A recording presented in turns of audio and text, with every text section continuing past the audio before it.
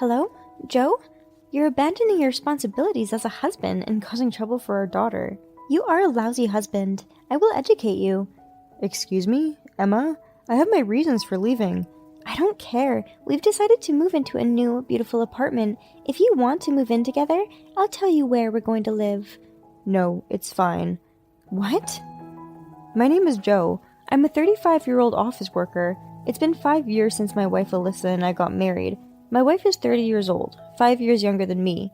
Although she is younger, she's very mature, which made me fall in love with her. We dated for a while, and then eventually got married. Our married life has been going well. However, a few months ago, our peaceful life suddenly began to change. I got laid off. What?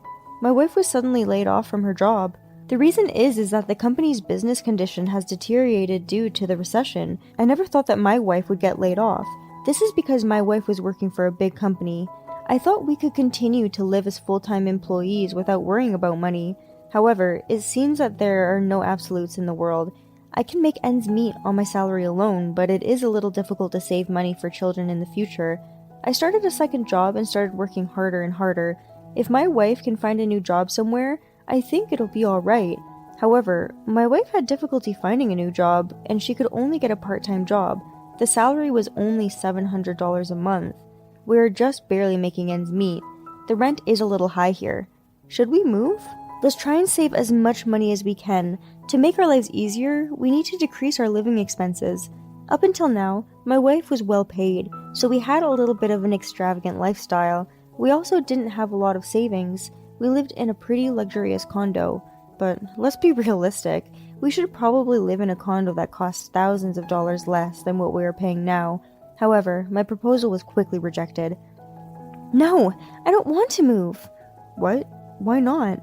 If we move to a smaller, cheaper apartment, my mother will ask you why, won't she? I didn't understand what she meant. Why don't we tell her the truth?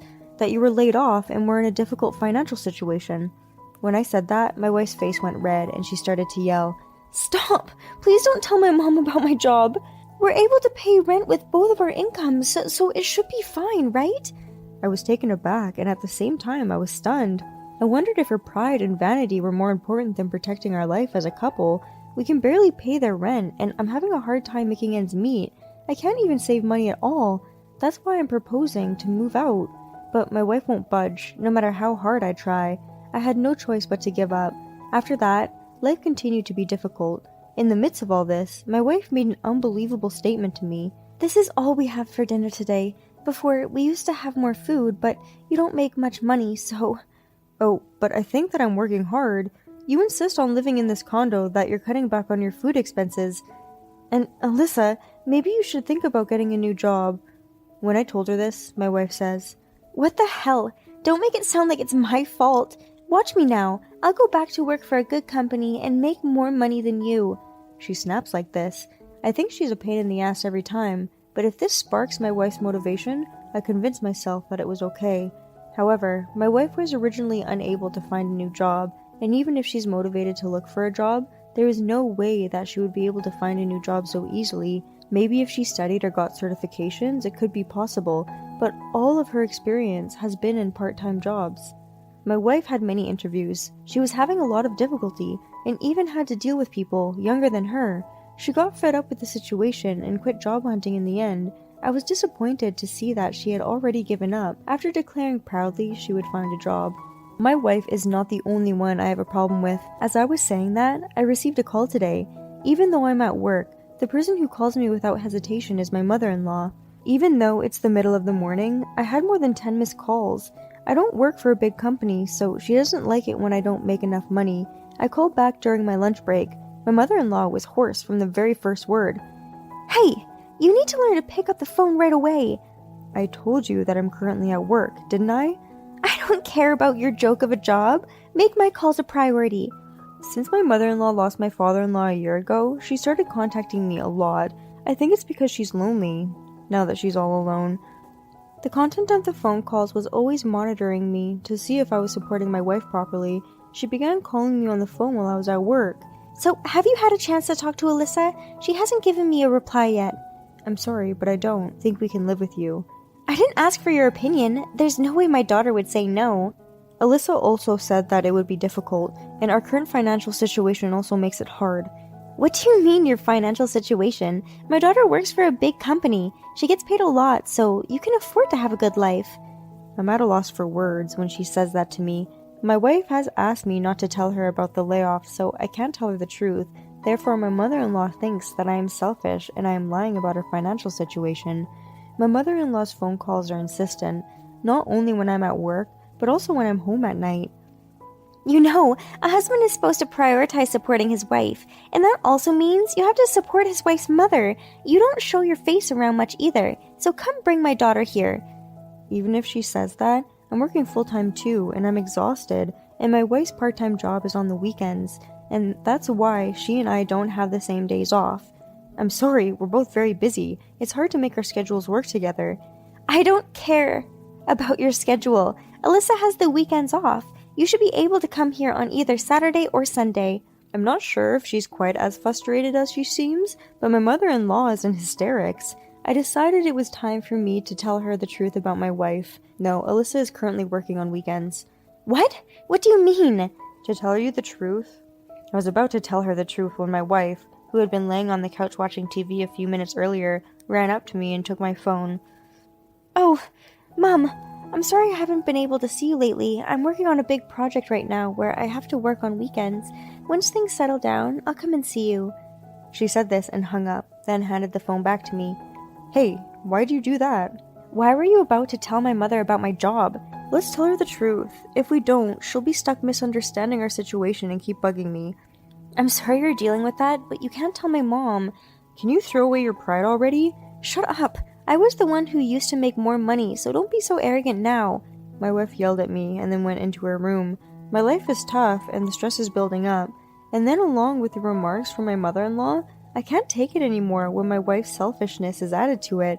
My wife says her part-time job is too hard and she hardly does any housework anymore, but she doesn't work full-time. She works on weekends and once or twice a week on weekdays. If we can't make it on my salary, I'd appreciate it if she'd work a little more, or maybe she could take care of the housework. Now I'm the one earning more money than her, and I'm the one who has to take care of the housework. I'm fed up with my wife who complains about many things, so I decided to leave the house for a while. I want to live in a hotel for a week and show my wife how hard housework is. I explained the situation to my parents in detail. They said I should get a divorce as soon as possible, but my wife and I were married because of love, and we had been married for 5 years, so I didn't want to go through with the divorce so easily. If we were going to get divorced, I wanted to do everything I could to try to make things better, and if that didn't work, I would get a divorce. When I was at the hotel, I got a phone call from my wife. Where are you? When are you coming home? I'm not coming home for a while, so you'll have to do all the housework in the meantime. What? Don't be silly. Stop with these jokes and come home and do the housework. No, I'm not going home. You have to understand how hard my daily chores are. Cleaning the house, doing the laundry, cooking. You have to do everything yourself. I've done it all while I've been working. Do you understand how hard I've had it? I said, and hung up the phone. My wife kept calling me, but I ignored them all. Living in the hotel was comfortable. My parents were getting older, so maybe I might go back to my parents' house eventually. I don't want to worry them forever. Now, I'm just relaxing by myself for a little while, eating at a nice restaurant. I am free from the stress of worrying about my wife and mother-in-law. I also ignore all phone calls from my mother-in-law, so I lived in a hotel for about a week. I really wanted to stay a little longer, but staying at a hotel can be expensive. I thought it was about time my wife to start doing the housework too, so I went back home.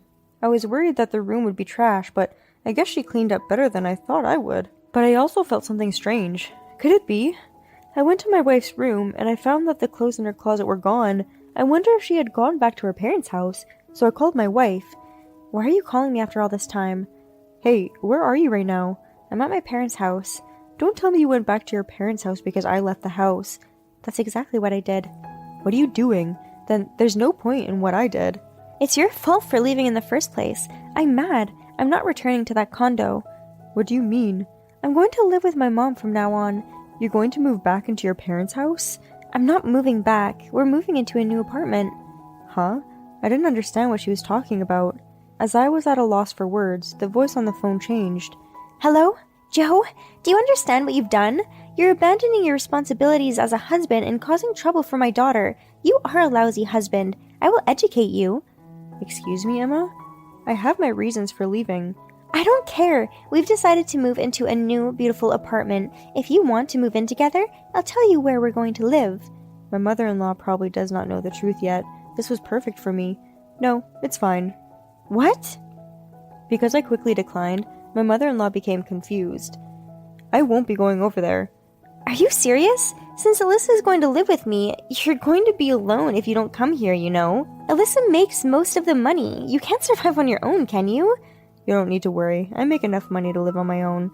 If we're not living together, then we don't need to stay as a couple, right? So I'm going to divorce Alyssa. What? When I mentioned the word divorce, I could hear my mother-in-law and wife over the phone sounding startled. Wait a minute, Joe. You don't need to divorce me. I can't stay married to you any longer. I want a divorce from my wife who doesn't do any housework. When I said that about my wife, my mother-in-law got upset. How dare you say that about Alyssa? I don't want a son-in-law like you. Alyssa, divorce this man. No, I'll prepare the divorce papers, so just regret what you've done. It's too late to apologize now. When I say this, the call ended. My mother-in-law and wife are probably on their way here to hand me the divorce papers. On the other hand, I'm thankful things are going the way they are supposed to. I had given up on my wife completely after she ran away to her mom, rather than thinking about her actions.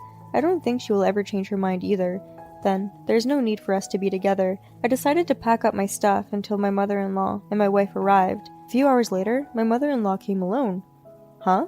Where's Alyssa? There's no need for you to see her. Here, Alyssa already signed them, so quickly sign these papers and get this over with. My mother-in-law says this and pushes the divorce papers onto me. My wife's signatures look shaky, as if she was trembling while writing them. She really is a kind-hearted girl. She was reluctant to divorce a lousy husband like you know. I will never forgive you for causing trouble to such a wonderful daughter. You can live a poor life at best. I hope you regret your actions. While I'm filling out my part, my mother-in-law yells at me. I guess my wife's pride got in the way until the end. She couldn't tell the truth to her mother. It's really pathetic. What happened to your family home? We sold it, so you can't go and live there. I would never do that. How much did you sell it for? It was an old house, so it must have been cheap. It's none of your business, but I'll tell you. We sold it for $50,000. It's not much, but it will add up to my retirement. Alyssa will pay the rent for a new apartment.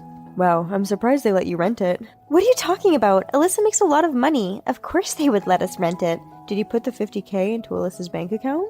Huh? Yeah, that's right. But that doesn't matter. A man who is about to get a divorce shouldn't be in our business. It's too late for anything to change.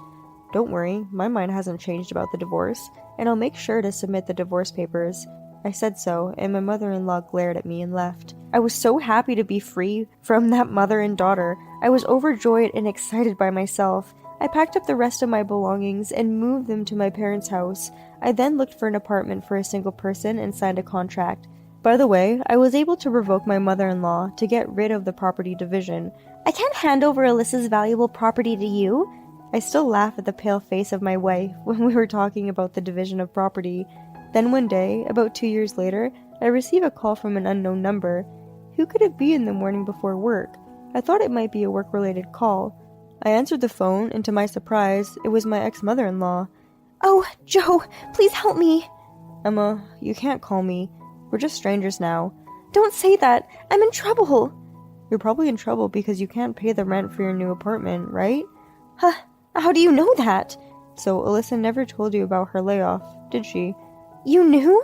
Yes, and I tried to tell you many times, but Alyssa prevented me from telling you.